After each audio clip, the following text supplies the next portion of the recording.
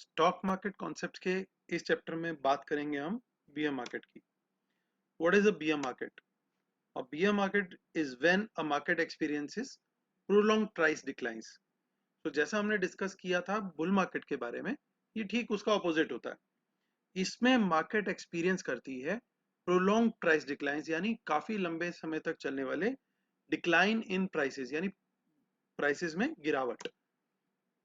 It typically describes a condition in which securities prices fall 20% or more from recent highs amid widespread pessimism and negative investor sentiment।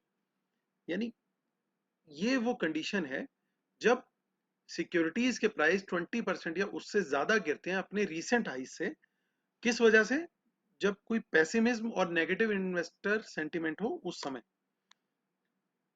Beer markets are often associated with declines in an overall market or index like Nifty or Bank Nifty, but individual securities or commodities can also be considered to be in a bear market if they experience a decline of 20% or more over a sustained period of time, typically 2 months or more. So basically bear markets में overall market sentiment जब down होता है, index जैसे कि Nifty और bank Nifty, इनमें beer market आता है तो उसको जनरली एक बियर मार्केट बोला जाता है। लेकिन ये individual sectors like pharma, banking, auto, उस तरीके के सेक्टर्स को भी अप्लाई किया जा सकता है ये कॉन्सेप्ट ऑफ बियर मार्केट। और ये इंडिविजुअल स्टॉक्स पे भी किया जा सकता है।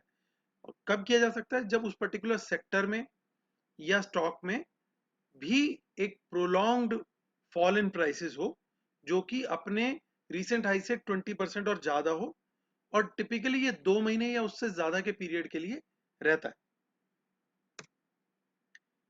Bear markets में also accompany general economic downturn such as recession। तो जनरली जब इकोनॉमिक सेंटीमेंट जो है वो डाउन साइड पे होता है, जैसे कि बुल मार्केट में था कि जब इकोनॉमी ग्रो कर रही होती है तो ऑटोमेटिकली कंपनीज भी ग्रो कर रही होती हैं, और इस वजह से उनके स्टॉक प्राइसेस में तेजी आती है, यानी अप रन आता है, तो उसको बुल मार्केट बोलते हैं। उसी के उल्टा बियर मार्केट में जब एक रिसेशन चल रहा होता है, डिमांड कम होती है, सप्लाई ज्यादा अवेलेबल होती है, कंपनीज के प्रॉफिट्स घट रहे होते हैं, तो ऑटोमेटिकली उनके स्टॉक प्राइसेस पे इंपैक्ट आता है, जिस वजह से बियर मार्केट आता है।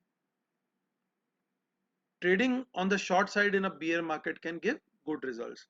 सो बेसिकली जब बियर मार्केट है, जब प्राइसेस गिर रहे हैं, भाव गिर रहे हैं शेयर्स के, तो उस समय शॉर्ट साइड पे ट्रेड करना ज्यादा बेनिफिशियल होता है। तो ये था chapter about beer market. Thanks a lot.